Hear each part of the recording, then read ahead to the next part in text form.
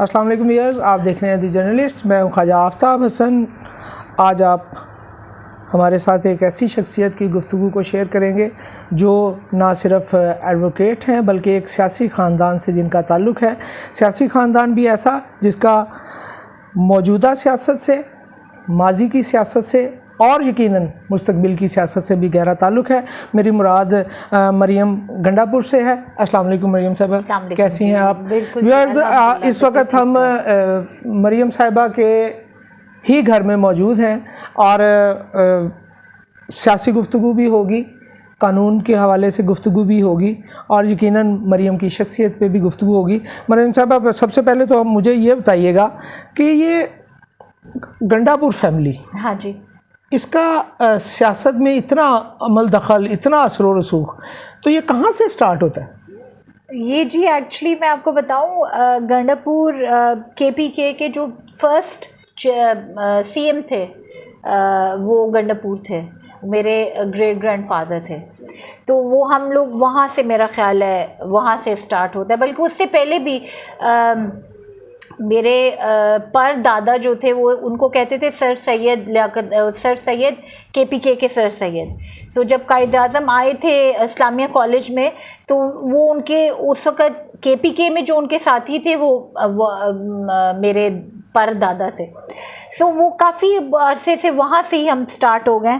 तो बस of and on कभी कोई हमारी फैमिली में आ जाता है, कभी कोई फैमिली में आ जाता है। और आपको पता है डेरा खान में बस 3 ही हमारी फैमिलीज़ है। एक फजलुर रहमान साहब हैं, एक कुंडी फैमिली और एक हमारी गंडापुर फैमिली है। तो लेकिन पॉलिटिक्स में हम, मेरा ख्याल है शुरू से हैं, तो हम इंजॉय भी करते हैं और क्या कहते हैं उसको, बस आप भी नून लीग से गहरी वाबस्तगी भी है। हाँ, और आप उसकी जो कवानीन और अदालतों के हवाले से जो एफर्ट्स हो रही हैं, उसकी जो लॉ कमेटी है मेरा नहीं, एक्चुअली जी मैं केपीके में पीएमएलएन की ऑर्गेनाइजिंग कमेटी में थी। फिर मैं रिज़र्व सीट्स के ऊपर एमएनए की नंबर 1 पर थी। बट अनफॉर्चुनेटली हमारा पीएमएलएन का कोई नहीं बना, हमारा एमएनए नहीं बना। So obviously I couldn't come in the assembly. फिर then I got married and I came to Punjab. So now I am इंशाल्लाह ताला going to come from Punjab assembly से। तो और आजकल में हमारे लॉ फोरम है पीएमएलएन का, और हमारे प्रेसिडेंट है भुट्टा साहब, जो कि अटॉर्नी जनरल थे पीएमएलएन के दौर में। तो आजकल हम, I am the general secretary PMLN lawyers forum की पंजाब की। तो वो हम हर रोज़ ऑब्वियसली, आपको पता है कि शहबाज शरीफ और हमजा शहबाज साहब के ऊपर और मरियम बीबी के ऊपर, इसारों के ऊपर हमारे इतने केसेस चल रहे हैं। So what we try to do is के और हमारे और भी एमएनएज और एमपीएस के ऊपर हर वक्त एफआईए करती रहती हैं। कभी कुछ हो रहा होता है, कभी कुछ हो रहा होता है। सो हमारा फिर जो फोरम है, हमारे जो सारे लॉयर्स हैं, फिर वो देन दे गो एंड वो न्यूट्रलाइज करते हैं, एफआईआर्स का काम करते हैं, केसेस निभाते हैं, सब कुछ करते हैं। फिर हमारे जो वर्कर्स हैं उनके भी केसेस बहुत चल रहे होते हैं, तो उन केसेस को भी हम लोग डील करते हैं। बिकॉज मियाँ साहब का हुक्म है इन अ वे कि आप जो वर्कर्स के केसेस हैं वो भी हम करें। बिकॉज बहुत सारे, आपको पता है कि बहुत सारे वर्कर्स जो हैं वो अफोर्ड नहीं कर सकते हैं। तो वो फिर हम उनके लिए करते हैं, बिल्कुल जी, पार्टी की तरफ से प्रो बोनो केसेस करते हैं। अदर देन दैट मैं मोस्टली ह्यूमन राइट के केसेस करती हूँ। ये जो माइनर्स के केसेस होते हैं और डोमेस्टिक वायलेंस वगैरह के, ऑब्वियसली बीइंग अ लेडी तो वो मेरे वो दिल के ज़्यादा करीब हैं। बेचारी औरतें जो इस किस्म की हैं, अब्यूज़ड और व्हाट नॉट, माइनस के बहुत बहुत ज़्यादा प्रॉब्लम्स हैं। सो ये सारी चीज़ें ह्यूमन राइट्स में ही आती हैं। Plus I am also part of the independent group जो है हमारे, अस्मा जहांगीर ग्रुप जो है, तो आजकल तो आपको पता है कि आज़म तारड़ साहब भी अब PMLN में आ गए हैं, तो हम उनके साथ काफ़ी क्लोजली हम उनके साथ काम करते हैं। सो आई गेस अच्छा, हमारा अच्छा काम जा रहा है, तो आप देखिए इंशाल्लाह ताला अब क्या होता है नेक्स्ट। अच्छा, ये मतलब अभी जो जिक्र हो रहा था गंडापुर फैमिली का, हाँ जी। तो अभी थोड़ी देर पहले हम बात भी कर रहे थे, अली अमीन गंडापुर, हाँ वो भी यकीनन आपकी फैमिली से हैं। हाँ जी, और ये वही कहीं वो तो नहीं है कि एक ज़माने में ये बात की जाती थी कि ख़ानदान एक होता है, एक का एक पार्टी में, दूसरा बच्चा दूसरी पार्टी में, ताकि जौन सी पार्टी इक़्तिदार में हो वो ख़ानदान रहे। तो अभी अली अमीन साहब तो ज़ाहिर है PTI के बड़े काबिल लीडर हैं। और हाँ जी बिल्कुल, उनके भाई भी बहुत फैसल भी बहुत अच्छे MPA, he is doing a very good job. Plus Umar जो उनके बड़े भाई हैं, अब वो नाज़िम बने हैं डेरे के, तो वो तो काफ़ी अरसे से काम कर रहे हैं। और हाँ ऑब्वियसली जी, हर फैमिली का कोई ना कोई लोग आ जाते हैं पार्टी में। अब मैं इसका क्या जवाब दूँ? अच्छा, जब अली अमीन PTI में ज़ाहिर है वो इक़्तिदार में भी हैं, तो उन्होंने कभी कहा नहीं कि यार ये छोड़ो मरियम, क्या आप नून लीग का और आप PTI क्यों नहीं ज्वाइन करती? यकीनन ऐसा हुआ होगा। हाँ जी, एक्चुअली ऐसे हुआ था। अली अमीन ने क्योंकि वो ऑब्वियसली हमारी रिश्तेदार होने के अलावा हमारी बहुत दोस्ती भी है आपस में, तो उनने मुझे काफ़ी दफ़ा कहा था कि आप, बल्कि मेरी छोटी बहन को भी बहुत दफ़ा कहा कि आप PMLN को छोड़ो और PTI में आ जाओ। अच्छा। तो मैंने कहा कि नहीं, I think I like to be loyal to one party. वो तो ऑब्वियसली PTI में इसलिए गए क्योंकि वो पहले किसी और पार्टी में नहीं थे। उनने अपनी पॉलिटिक्स स्टार्ट ही PTI से की थी, तो मैं तो ऑलरेडी PMLN में थी। तो मैंने कहा कि नहीं, मतलब इट्स बेटर कि मैं लॉयल्टी अपनी ना चेंज करूं, बिकॉज गंडापुर और कुछ हो ना हो लॉयल ज़रूर होते हैं। इसका मतलब ये है कि अली अमीन भी PTI के साथ लॉयल होंगे? बिल्कुल जी, डेफिनेटली। मुस्तकबिल में जैसे PTI का मुस्तकबिल कुछ डामाडोल जा रहा है सियासत में, और इक़्तिदार डामाडोल हो या कुछ ना हो या बहुत कुछ हो, वो मेरा नहीं ख्याल है कि PTI छोड़ेंगे। वो कभी भी PTI नहीं छोड़ेंगे। अच्छा। वो उनका मरना जीना मेरा ख्याल है उसी अगर वो फर्ज करें छोड़ते हैं और ऐसी सूरत बनती है और वो आपसे कहते हैं वेलकम करेंगे कि आए आ जाए हमारे साथ, एक और लॉयल्टी की तरफ आ जाए। बिल्कुल बिल्कुल हमारे साथ आ जाए PMLN में। हाँ। अच्छा मरियम, मुझे ये बताइएगा कि आप ख़वातीन के हवाले से ज़ाहिर है एक ऐसी मिसाल है जो ख़वातीन की एम्पावरमेंट के हवाले से कहा जा सकता है कि जिसने अमली तौर पे बहुत कुछ किया है, सियासत में भी और समाजी सतह पे भी। तो आपको क्या लगता है कि पाकिस्तान में विमेन एम्पावरमेंट के लिए मज़ीद किन चीज़ों की, किन इक़दामात की ज़रूरत है कि ख़ातून को उसका समाजी ना सिर्फ रुतबा मिल सके बल्कि उसको बराबरी का एहसास भी हो सके? मेरा ख़्याल है जी, हमें अपने जो लॉज़ हैं वो उनको ज़्यादा स्ट्रिक्ट करने की और ज़्यादा एडवांस करने की ज़रूरत है। फॉर एग्ज़ाम्पल हमारी बहुत सारे लॉज़ जो हैं, जो हमारे लॉज़ एक्चुअली बने हुए हैं बट वो इम्प्लाई हम नहीं करते, इम्प्लीमेंट उनका बिल्कुल भी नहीं होता। वो एक बहुत बड़ा, उसकी वजह से हमारा बहुत बड़ा वैक्यूम एक बन जाता है। सो आई थिंक कि औरतों की एम्पावरमेंट में सबसे जो इम्पोर्टेंट चीज़ है वो आप ऐसे लॉज़ बनाएं कि औरतों को ये इस बात का एहसास हो कि हम अकेले नहीं, हमारे साथ लॉ है। लाइक आप अगर बाहर की कंट्रीज़ में आप जाएं तो एक औरत जो है वो सब कुछ कर सकती है और वो हर टाइम पर हर जगह पर निकल सकती है। ऑन द अदर हैंड अगर उसको कोई प्रॉब्लम हो तो शी नोज़ कि लॉ जो है वो हमारे साथ खड़ा है। पाकिस्तान में प्रॉब्लम ये है कि अब फॉर एग्ज़ाम्पल आप नूर मुकद्दम का केस फॉर एग्ज़ाम्पल आप ले लें। नूर मुकद्दम का case was in and out shut case, वो टोटली शट केस था। वो इसलिए बिकॉज सबको पता था कि सारे एविडेंस, सारे आई विटनेसेस थे, सब कुछ था, फिर भी वो 8 महीने से 9 मंथ्स 8 to 9 मंथ्स उस केस को लगे। हालांकि वो बेरली उसको 2-3 महीने लगने चाहिए थे।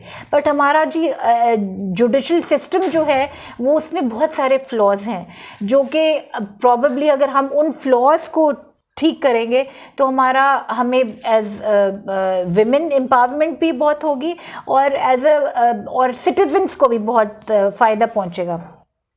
और उसके अलावा आप देखें इस वक्त तो उन्हें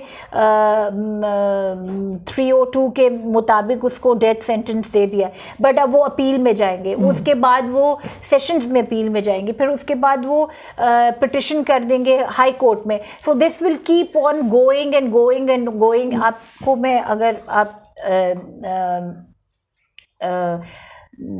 बिलीव करें कि देर सम पीपल जो कि डेथ सेंटेंस पे हैं 20-20 साल से वो डेथ सेंटेंस के ऊपर हैं और उनको सज़ा नहीं हो चुक रही. 20 साल गुजर गए, 22 साल गुजर गए और वो ऐसे ही बैठे हुए हैं. उनकी ज़िंदगी भी तबाह हो रही है. और अगर उनको अगर हमारा सिस्टम, जुडिशल सिस्टम ठीक होता तो वो उनको जो भी पनिशमेंट, इंसाफ भी नहीं मिल रहा, दूसरी पार्टी को नहीं मिल रहा, बिकॉज बहुत सारे ऐसे भी प्रिजनर्स हैं जो एक्चुअली वो इनोसेंट है बट वो फिर भी बैठे हुए हैं. ठीक. तो अब आपको अगर आपको पता हो तो अभी पिछले 2 months बैक एक प्रिजनर जो था वो फौत हो गया. हाँ, आफ्टर 10 years उसका पता चला कि वो इनोसेंट था. बिल्कुल. सो हमारे बेसिकली जुडिशल सिस्टम में हमारे बहुत फ्लॉज है एंड ये हमारे जो सिस्टम सिर्फ ठीक इस तरह हो सकता है कि हम लिटिगेशंस करें. लिटिगेशंस में बहुत प्रॉब्लम्स हैं. हाँ, अनलेस एंड अनटिल हम अपने लॉज नहीं बनाएंगे जो कि असेंबलियां बनाती हैं, बट अनफॉर्चुनेटली हमारी असेंबलीज जो हैं वो काम के ऊपर कम ध्यान देती हैं. जो उसका असल काम, बिल्कुल जो मतलब सियासत पे ज्यादा तवज्जो दी जा रही है. जो बेसिकली असेंबली का काम क्या है कि लॉ बनाए. बिल्कुल ऐसे प्रॉपर लॉ बनाए. अगर उसमें कोई प्रॉब्लम है उसको दोबारा से आप ठीक करें, उसको दोबारा रिविजिट करें. बट हम लोग अनफॉर्चुनेटली इसके ऊपर काम नहीं करते. हम लोग ज़्यादा पॉलिटिक्स करते हैं.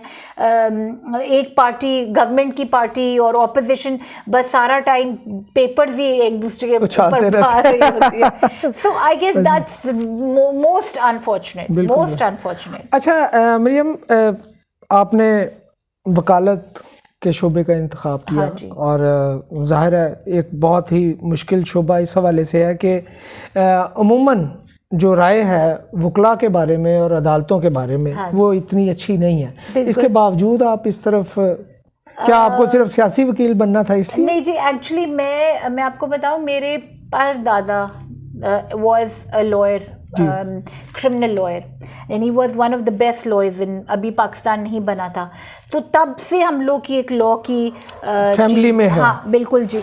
मेरे सारे मेरा भाई लॉयर है. My father was a justice. मेरी और बहनें भी, उनने भी लॉ किया है. उसके अलावा law is like my passion. मुझे शुरू से बहुत पसंद था लॉ करना. I just wanted to help people. And देखिए, हेल्प ज़रूरी नहीं होता कि आप सोशल वर्क से हेल्प कर सकें. आप इस तरह भी हेल्प करते हैं. मैं किसी को इंसाफ दिलवा दें तो ये बहुत बड़ी मदद है. मैं जी बहुत प्रो बोनो केसेस करती हूँ. मैंने एक्चुअली शुरू किया था लतीफ़ खोसा के साथ. सही. एंड आपको पता है कि वो क्रिमिनल लॉयर हैं. सो 4-5 साल मैंने क्रिमिनल लॉ किया. बट अनफॉर्चुनेटली क्रिमिनल लॉ में औरतों को इतना ज़्यादा नहीं, क्लाइंट्स आपके ऊपर इतबार नहीं इतना करते because they think it's a man's job. अच्छा. सो मैंने वहाँ से थोड़ा सा डिसअपॉइंट होकर, because everybody used to tell me कि नहीं यार तुम ऐसे करो कि आप कोऑपरेट लॉ में चले जाएं. बिकॉज औरतों के लिए जो सबसे बेहतर लॉ है वो कोऑपरेट लॉ है. बिकॉज आप नॉर्मली कोऑपरेट लॉ जो है वो उसमें आप लिटिगेशन में नहीं जाते. आप चैम्बर प्रैक्टिस करते हैं और ऑफिस में ही सारे मुक्का हो जाता है. So then I started seriously thinking कि अच्छा यार चलो क्रिमिनल लॉ को मैं थोड़ा ब्रेक दूं और मैं उसके बाद कोऑपरेट में चली जाऊँ. So I shifted to corporate then. But उसके बाद भी मैं बहुत मिस करती थी क्रिमिनल को. सो अब मैंने वापस अब मैं लिटिगेशन में, now I am going to start litigation. And मैं काफ़ी सारे प्रो बोनो केसेस मैंने किया है. और आपको मैंने बताया ह्यूमन राइट्स की काफ़ी मैं माशाल्लाह से खोर कर रहे हैं. तो आई थिंक इंशाल्लाह ताला अल्लाह में आप करे कि हम आगे भी और लोगों की मदद कर सकें, क्योंकि जी बहुत हालात ख़राब है, बहुत। There are so many people जो इंसाफ के लिए बैठे हो और उनको मतलब इवन हाई कोर्ट्स में भी, आपको पता है हर कोई हाई कोर्ट में भी नहीं आ सकता। और हमारे सिविल कोर्ट्स की इतनी हालत ख़राब है, हमारी सेशंस की इतनी हालत ख़राब है कि लिटरली हम लोग कहते हैं कि यार मतलब बहुत हालत ख़राब है। अच्छा, इस हालत की ख़राबी की वजह क्या सरकार है या वकला बरादरी है या अदलिया है या इनके दरमियान कोऑर्डिनेशन का ना होना है कि आम आदमी को इंसाफ भी नहीं मिल पाता? बेसिकली जी हमारी प्रॉब्लम ये है कि एक तो हमारी गवर्नमेंट इज़ नेवर इंटरेस्टेड कि वो अपलिफ्ट करे हमारी कोर्ट्स को। अब देखिए हमारी जो सिविल कोर्ट्स हैं, LDA जो बिल्डिंग है, आप देखिए वो कितनी ही पुरानी है, एंड हर रोज़ वहाँ पर कोई हज़ारों के करीब लोग आते हैं और हमारी सिर्फ 2 लिफ्ट्स हैं, और वो भी अक्सर एक लिफ्ट ख़राब रहती है।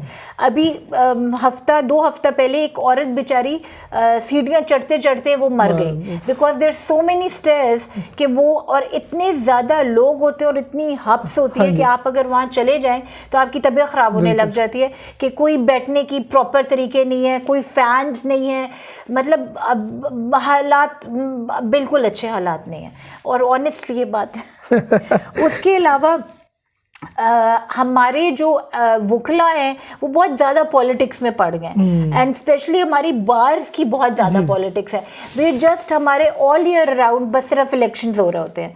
आज अब हाई कोर्ट का इलेक्शन है, अब सेशंस का इलेक्शन है, अब डिस्ट्रिक्ट का इलेक्शन है, अब सुप्रीम कोर्ट का इलेक्शन आ गया है। So we are just too much involved in the bar elections, and उसके बाद जब बार के आते हैं लोग बनकर प्रेसिडेंट और जनरल सेक्रेटरीज, वो भी नहीं इंटरेस्ट लेते कि वो बार को या वो कोर्ट्स की हालत सही करें, क्योंकि देखें जी अगर बार की तरफ से थोड़ा सा प्रेशर होगा तो हाई कोर्ट का बहुत हाई कोर्ट्स को बहुत वो मिलता है, what do you call it, हमारे बहुत फंड्स उनको मिलते हैं, बट वो funds by the end of the year वो वापस जा रहे होते हैं क्योंकि हम लोग यूटिलाइज नहीं करते। तो अगर अब हम वो अगर प्रॉपर बार्स के लोग पॉलिटिक्स को छोड़ के अगर पॉलिटिक्स के बजाय वो अगर बार्स के ऊपर कोर्ट्स के ऊपर तवज्जो दें तो वो ज़्यादा बेहतर हो, उससे हमारी। अस्सलाम वालेकुम व्यूअर्स, मैं अभी भी मरियम गंडापुर के साथ हूँ, नई लोकेशन और नए लिबास के साथ।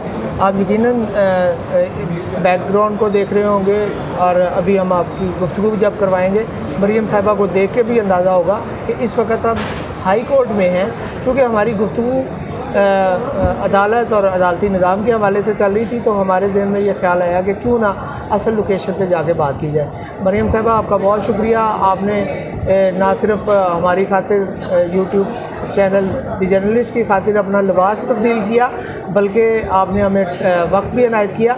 अच्छा, मैं इसी सिलसिले को आगे बढ़ाऊँगा कि मुझे ये बताइएगा कि हमारी सोसाइटी में ख़वातीन की हरासगी के हवाले से बहुत सारे इश्यूज़ हैं और अदालती निज़ाम में आपको क्या लगता है कि क्या फ्लॉज हैं जिसकी वजह से हम इस मामले को उस तरह हल नहीं कर पा रहे? लेकिन जी थैंक यू सो मच, आपने मुझे टाइम दिया।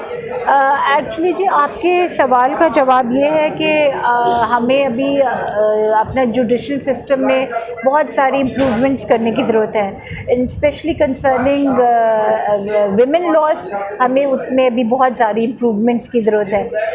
But thank God for that कि हमारी स्पेशली वर्क प्लेस में जो हरासमेंट है लेडीज़ की, उसके लिए हमारे जुडिशल सिस्टम में काफ़ी सारे अच्छे तरीके से काम हो रहे हैं। एंड हरासमेंट और ये वर्क प्लेस की जो स्पेशली हरासमेंट के केसेस हैं वो एक्चुअली हमारे 2016 में बिल पास हुआ था, but unfortunately we did not work a lot on it, but आहिस्ता आहिस्ता वी आर इम्प्रूविंग।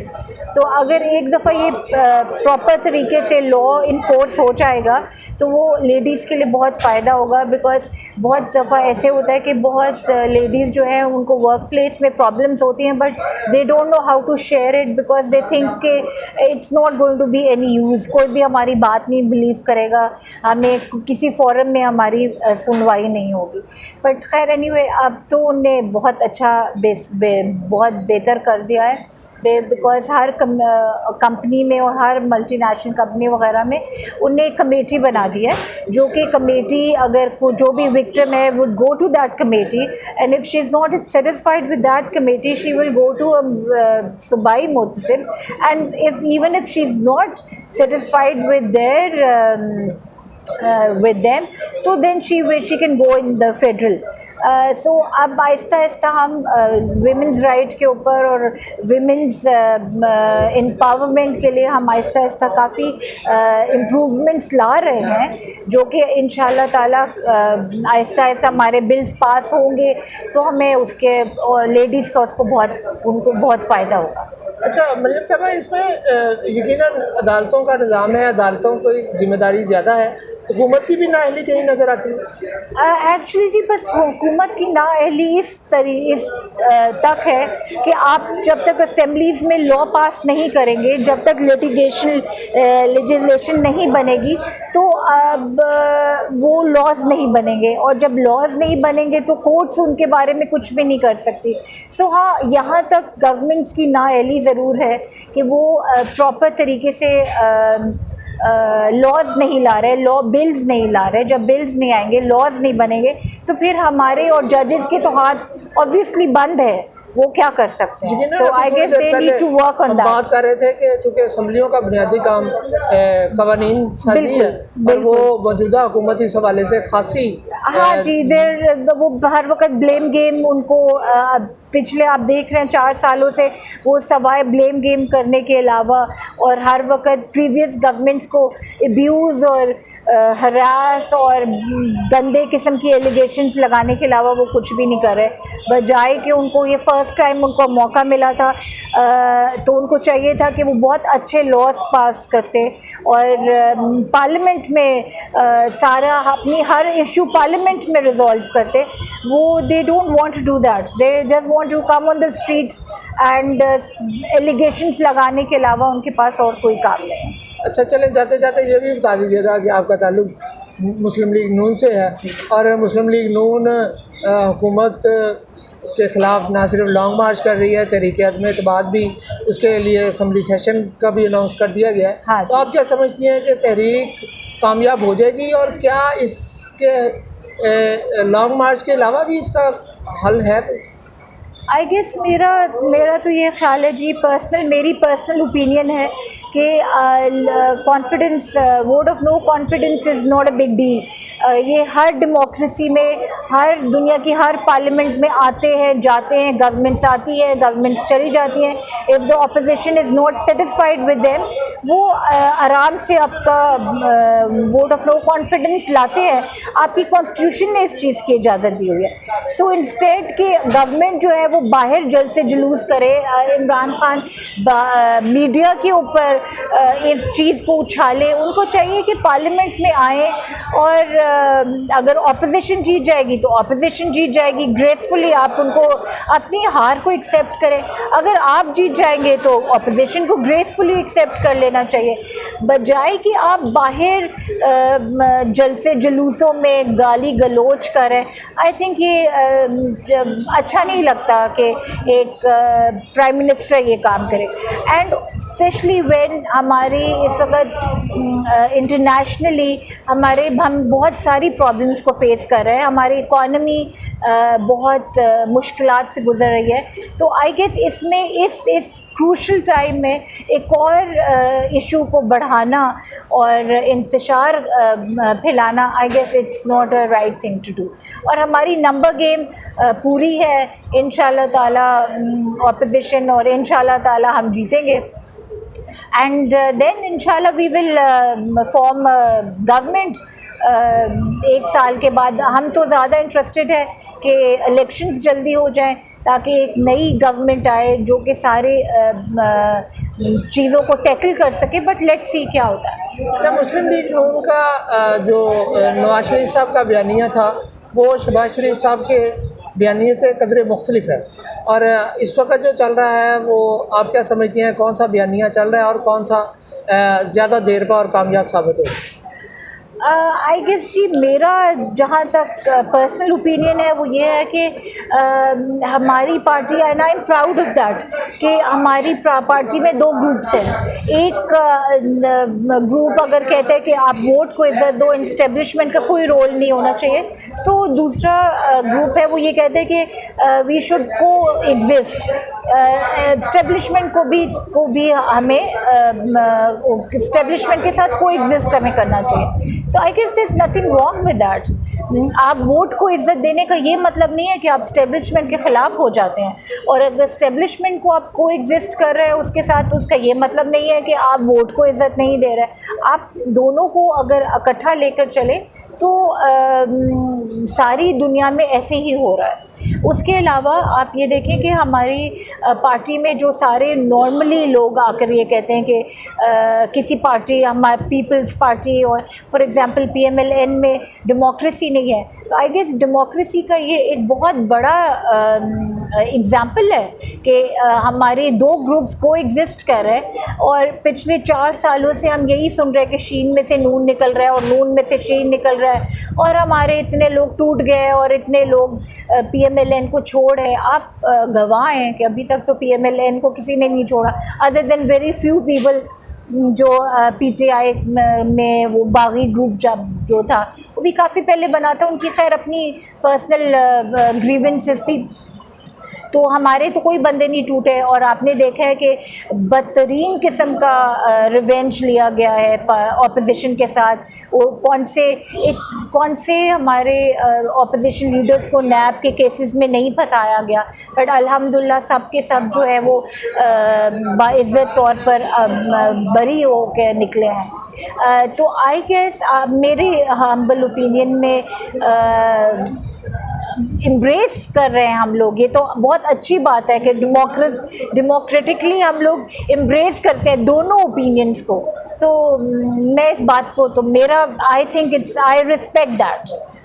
बाकी औरों को शायद ना लगता, मुझे तो ऐसे लगता है। बहुत शुक्रिया मरियम साहबा, आपने thank you so much ji for giving me time, गुफ्तगू की, और यकीनन हमारे व्यूअर्स इसको पसंद करेंगे। आई होप सो इंशाल्लाह। व्यूअर्स द जर्नलिस्ट को देखते रहिए, लाइक करें, सब्सक्राइब करें, शेयर करें। Thank you.